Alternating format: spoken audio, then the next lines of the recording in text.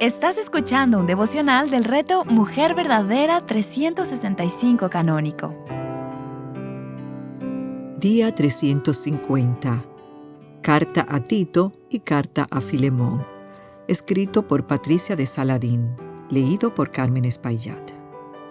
Tito. Pablo le escribe esta carta a Tito, su hijo en la fe, que era pastor en la isla de Creta. Él tenía que designar a ancianos en cada ciudad y así terminar el trabajo en cada iglesia establecida en la isla.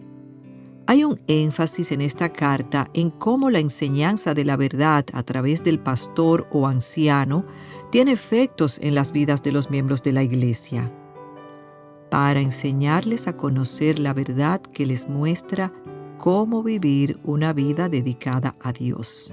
Versículo 1. Y el ejemplo comienza por los líderes.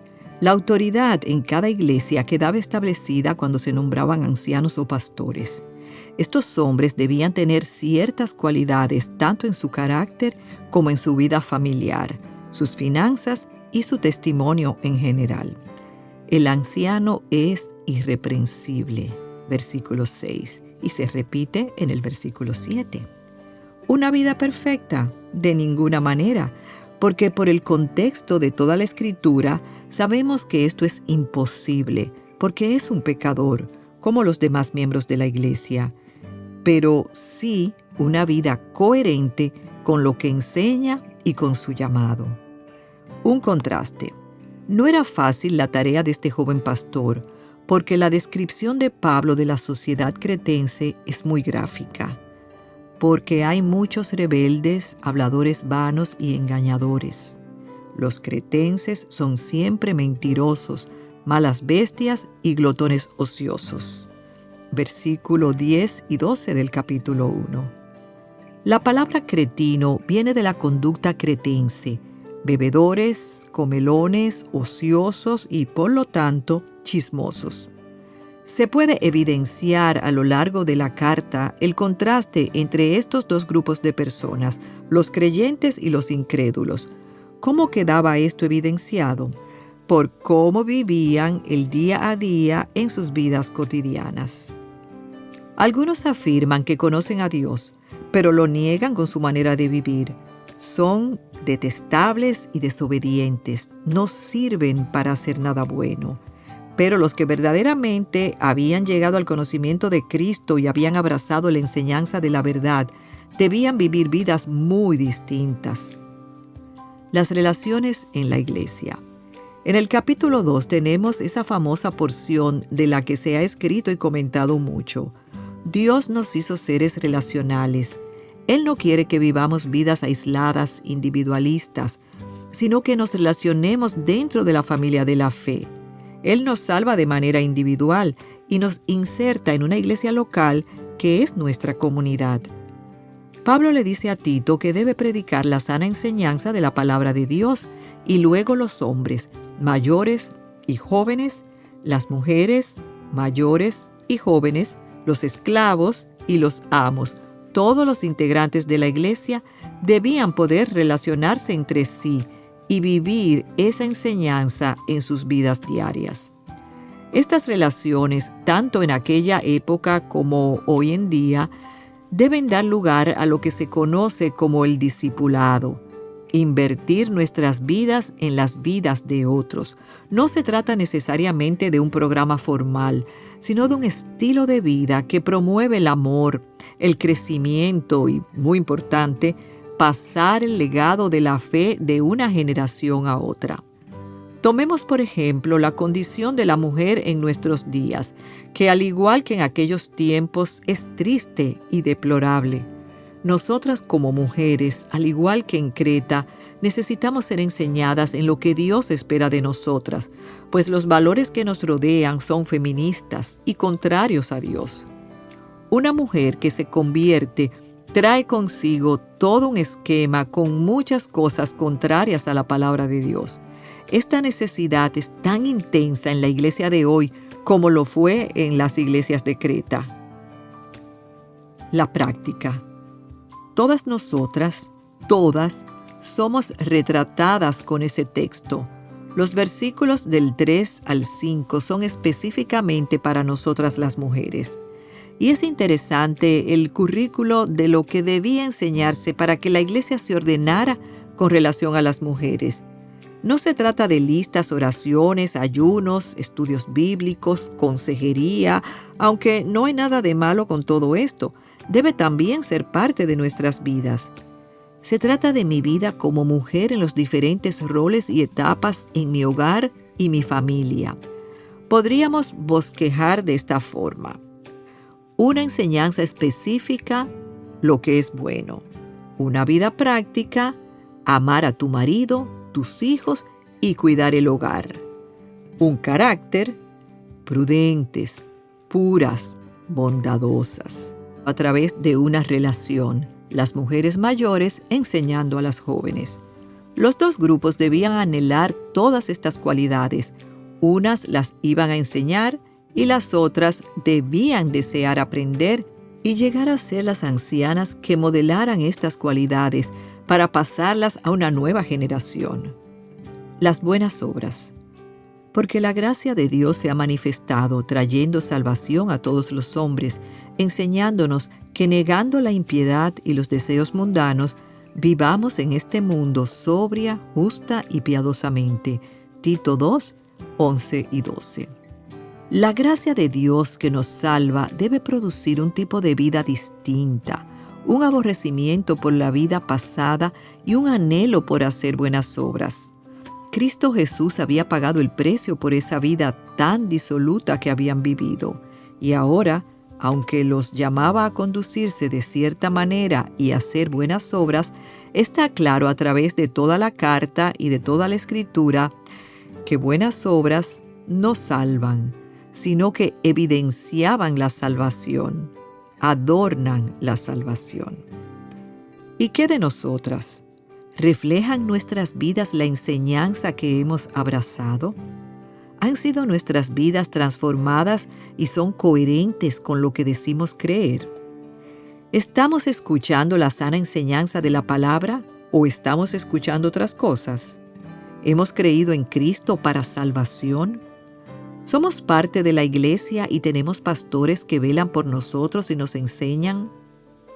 ¿Tienes relaciones dentro de tu iglesia con mujeres más jóvenes y mayores para aprender, enseñar lo que es bueno y así adornar el evangelio como mujer? Filemón. Esta pequeña carta tan personal del apóstol Pablo a su amigo y hermano Filemón fue escrita mientras estaba encarcelado en Roma. Filemón, quien vivía en Colosas, era su amigo y hermano. Se había convertido bajo el ministerio de Pablo. Onésimo era esclavo de Filemón. Había huido de su amo y había llegado a Roma. De manera providencial, estando allí, escucha la predicación de Pablo y se convierte al evangelio. Ahora Onésimo es un hermano comprado con la sangre de Cristo. Pablo comienza una relación de discipulado con Onésimo y crean entre ellos lazos de amor fraternal.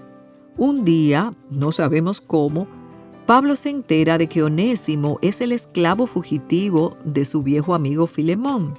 Había un problema que resolver entre estos hermanos, y Pablo entonces le escribe a Filemón para que reciba y perdone a su esclavo fugitivo, ahora hermano en la fe. Los conflictos, ofensas y confrontaciones son difíciles, especialmente dentro del pueblo de Dios. La palabra de Dios es clara en que en este mundo van a existir los conflictos. Sin embargo, lo que Dios quiere es que vivamos en armonía y en paz dentro de lo posible. ¿Cómo puede lograrse esto? Las palabras de Pablo a Filemón nos enseñan mucho de manera individual y como iglesia. Veamos qué podemos aprender de la forma como Pablo maneja esta situación. Primero, Pablo se involucra en la restauración de la relación entre estas dos personas. Él no se limita a decirle a Onésimo que regrese y pida perdón, ni decirle a Filemón que perdone. Él se pone en la brecha. Eso estamos llamados a hacer cuando somos testigos de contiendas entre hermanos. Segundo, Aunque la carta era dirigida a Filemón y su familia, Pablo incluye a toda la iglesia entre los destinatarios. Probablemente muchos conocían a Onésimo, y Pablo quería hacer más fácil la restauración de Onésimo frente a todos. Con esto lograba varias cosas. Evitaba el chisme, ayudaba a Onésimo a pedir perdón y a recibir el perdón. Constreñía a Filemón a otorgar el perdón.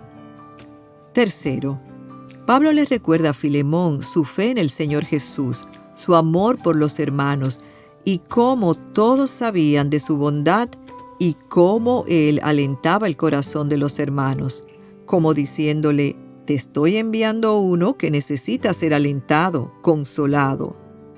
Nosotras muchas veces podemos ver con claridad una situación ajena a nosotras y ver cómo se aplican las verdades bíblicas, pero cuando nos toca a nosotras de manera personal, se nos hace muy difícil hacer lo que recomendaríamos a otro que hiciera. Cuarto, aunque Pablo era apóstol, le ruega, le suplica, no le ordena. Si tú tienes algún tipo de autoridad, usa tu autoridad para servir a los demás, para humillarte y ser sierva de todos, para hacer bien. Quinto, en el versículo 10, Pablo menciona su petición: te ruego por mi hijo Onésimo.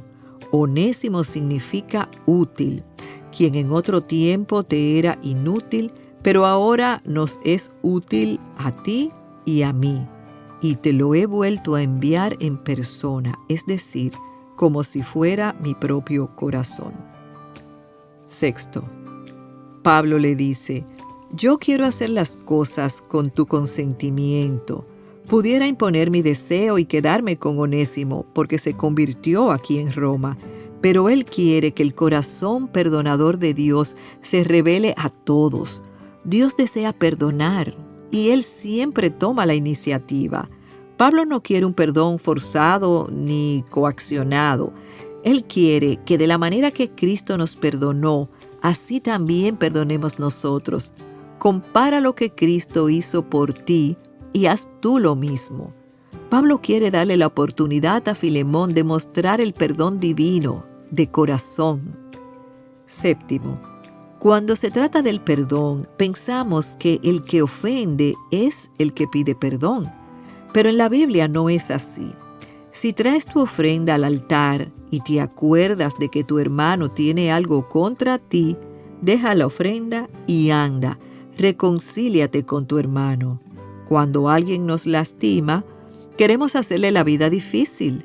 Pensamos que si los perdonamos, ellos volverán a hacernos daño. O pensamos que es injusto. Pero no debemos pensar así, porque Dios es justo. El Evangelio no es ganarse el perdón, ni se trata de nuestra justicia.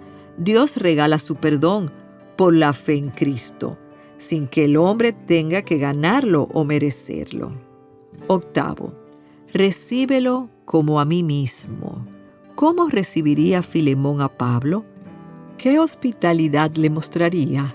Filemón, el que te robó, el que te lastimó, recíbelo como me recibirías a mí, porque él es tu hermano que Cristo lavó con su sangre, y así Cristo te perdonó a ti. Pablo está pidiendo que Filemón conforte a Onésimo. Este tenía que llegar y confesar y pedir perdón. Él sabía que debía someterse a su amo. Ámalo, abrázalo, líbralo de la vergüenza, pedía Pablo a Filemón. Mientras más grande la ofensa, más grande la oportunidad de mostrar el perdón divino. Dios es un Dios perdonador que perdona la iniquidad, la rebelión y el pecado.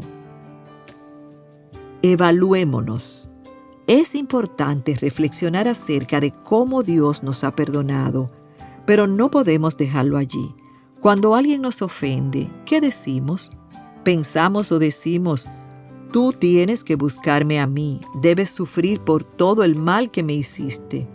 O nos acercamos buscando la reconciliación y restauración de la relación. ¿Perdonamos de corazón y perseguimos la restauración de las relaciones? Si Dios nos ha hecho libres, Si no hay ninguna condenación para los que estamos en Cristo, y si todos nuestros pecados fueron clavados en la cruz, no hay ofensa demasiado grande. Cristo sabe que vamos a caer y repetir los mismos pecados, y aún así nos perdonó y nos perdona. El perdón bíblico es activo.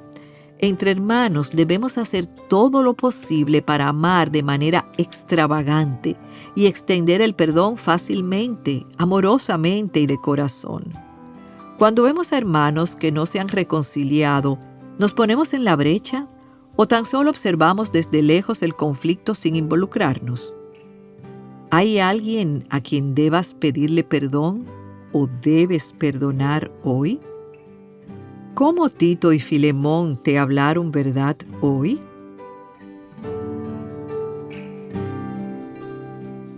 Para más recursos como este, visita nuestra página web avivanuestroscorazones.com.